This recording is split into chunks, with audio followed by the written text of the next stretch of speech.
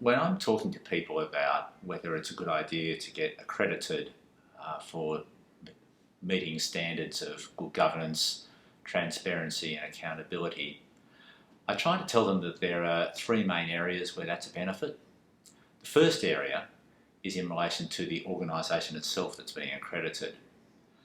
I'm firmly of the view that an organisation that is well governed, that knows where it's going and has good hands on the steering wheel, is going to be more effective in its carrying out its ministry.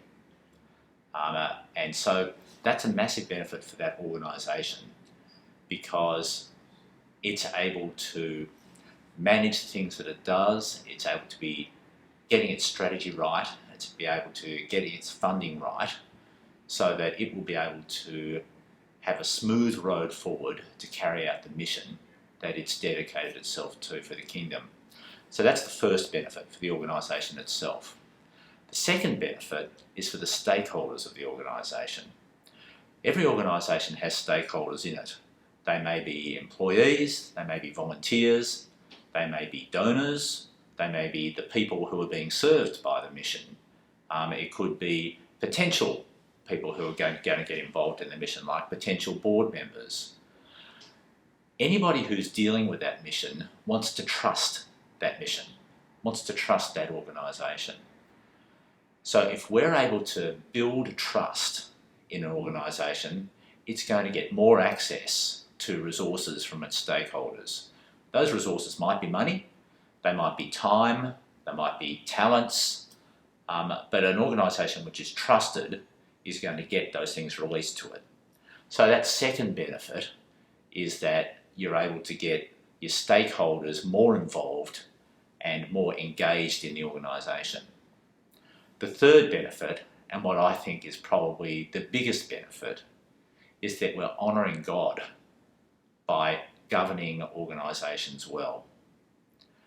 Paul tells us in 2 Corinthians that we have to behave honourably, not only in the eyes of God, but in the eyes of man. And Peter tells us in his first letter that we should honour God by living such good lives, such honourable lives, that the Gentiles will see the way that we act and will honour God because of that.